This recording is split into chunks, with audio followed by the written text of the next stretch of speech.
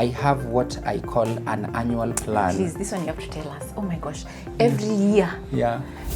Integrity, honor, giving back to the society, wow, and many other things. And so I named this first pillar G. So there are 4. I call it my 4G framework. So the second pillar for me is groups.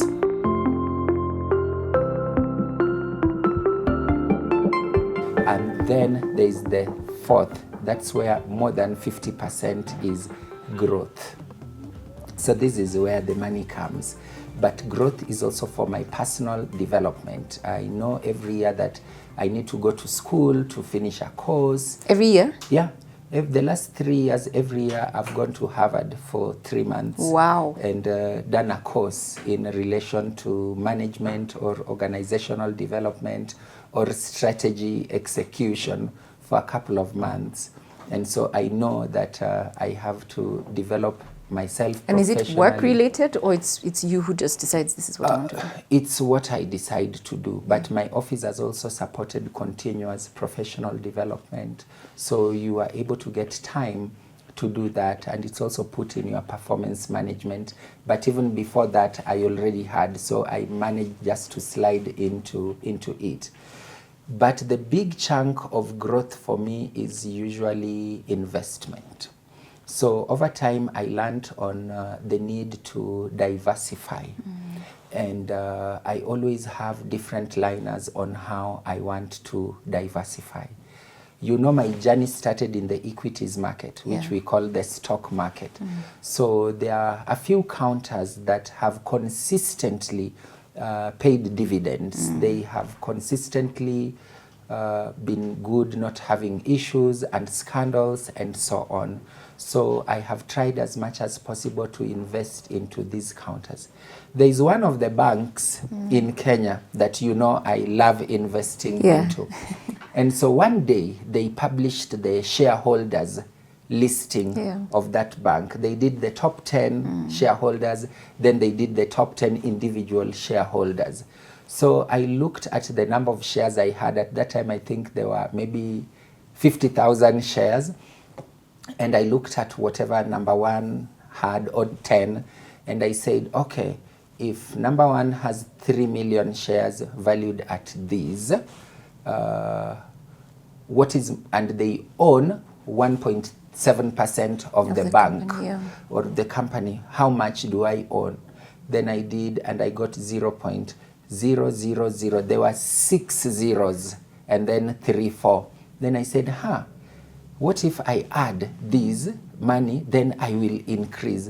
And believe it or not, Rina, I brought the monies to Faida Investment Bank. I had my target. I said 100,000 every month, 10,000 off. From my salary, I would use it to buy shares. And 1 year later, I had knocked off a 0. And the following year, so I have really... But tell us your goal, because you are very specific with that list. Yeah, my goal is, 1, to be a leading shareholder. Number? Probably 10, maybe in 5 years. I hope I can be a person of influence in the space of finance in the country, not for my own good. You already are. Thank you. But that my story would inspire, more and more people to invest. So I usually have, for the stock market, this year I have this amount of money that I have to spend, 1 on this particular counter that I love, and secondly on any other counter that is doing well and is consistent. And then one thing, whenever I get dividends from this company and any other, I plow them back, because I know a time will come. And I say this respectfully. A couple of years ago, I couldn't afford a holiday. But now if I want to go to Seychelles, I will.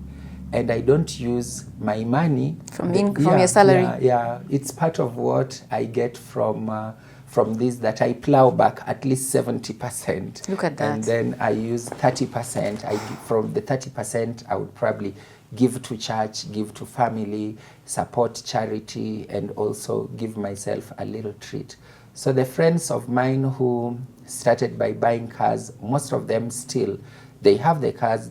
Some of them may not be in a position to go for holidays anytime they want, but I'm now in that position, and yet I still do not go, at least not as often. And why are you jinyimaing now? Because the time will come. I'm not jinyimaing completely, but I know the time will come. I want to get to a point where my money fully works for me. Meaning? I can go all over the world and live on dividends and live on interest. Passive income. Passive income. For me, my hope has always been to build my passive income, because we are employees, and sometimes you lose your job.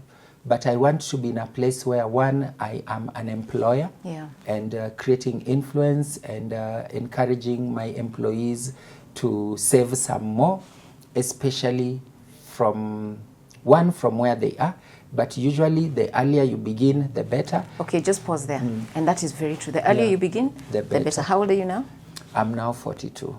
Oh, you're 42? Yeah. I don't know, my math was wrong. My 42. Has it been that long? Yes, it's been 20. I have aged. 3 years. Okay. We are aging gracefully. Look at you, looking Lord 23. have mercy.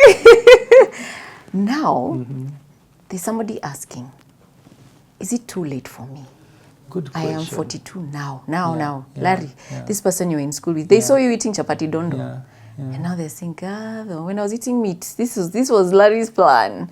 So is it too late for this 42-year-old to start now? Normally, when is the time to start? It is now. And What if it's was, not now, now, you know. So usually I say start when you hear this story.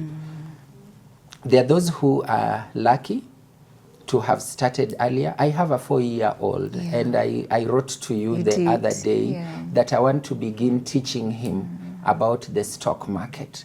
Right now, he has a piggy bank, and whatever money, sometimes you throw money on the floor, but you teach him that you'll never necessarily collect money like that, and you ask him, where will we take this money? And he knows it's supposed to go to the piggy bank, not to buy lollipop. So after a while, you save this money in a bank or wherever, and whatever is left, you can use it for that lollipop. So for me, the time is now. And you don't have to have 10,000 shillings. You don't have to have 100,000 shillings. Rina, I've heard you tell people to start with 5,000 shillings or 500. These days, there are money markets that you can use and send 500 shillings via mobile money transfer. So for me, the time to start is now.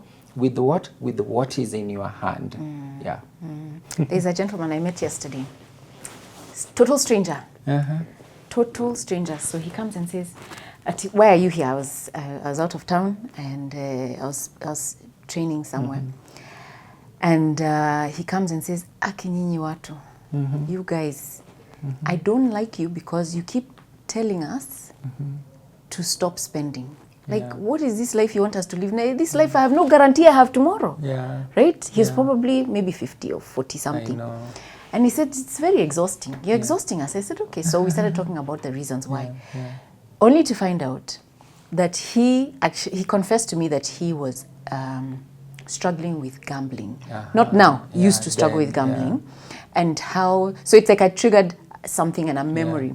And he started talking about how there's one time he got his salary and he decided to make bet and lost all of his salary. He was left with 1,500 shillings. And he's like, man, I'm going home. What am I going to give my wife?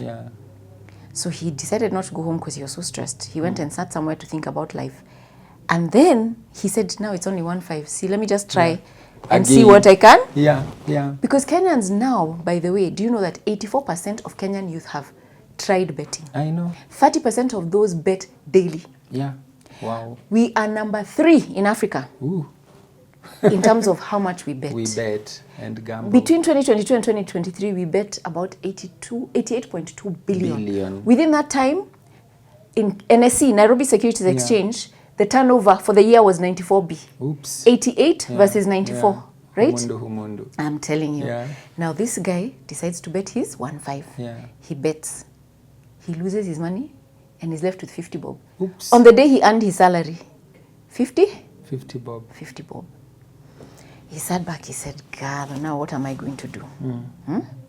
Now, I have lost my money. These guys have stolen my money. Yeah, In stolen. fact, they've stolen my money. Yeah. Now, let me just give them this 50 bob. Yeah. And he decides to use a strategy that is against what he would do. Yeah. He bets 50 bob. Do you know how much he earned? 98,000. Ooh. These people are playing with our minds. Yeah. These algorithms, they know he's the one who lost the Yeah. whole salary. Yeah. They know he's the one who lost 1.5. He's been But given so that he can 5,000. continue, Yeah. right? Yeah. They give him 98,000. 98,000. It's a trap, guys. Please, this betting is a disease. And it needs to stop. It is not an investment. Yeah. In fact, young people are calling betting hustling. And in the end, many of them are remaining disillusioned. We have more suicide cases. Yeah. I heard of a motorbike rider, boda guy, who was saving money had saved money, a lot of money to build a home and to buy another motorbike. And he had 600,000. And so he went online and started betting. And he lost everything. Oh, no. Yeah. He was buried 2 weeks ago. Oh, no. Yeah. So that is how life It doesn't is. work. It doesn't work. This stranger told me he went back and he looked at how much has he withdrawn and how much has he deposited in this betting company. The difference was actually 1.5 million that he has given. Yeah, look at that. The betting company. Look at that. He was like, Yani, I would have bought some land somewhere. I'd have financed, you know. I think, Rina, for us, many of us as a people have the mentality of get rich quick, the pyramid mentality. You know, when you look at my story, you feel that it is rosy. I have made mistakes too. And I want to hear about those mistakes in just a moment. Thank you so much, guys.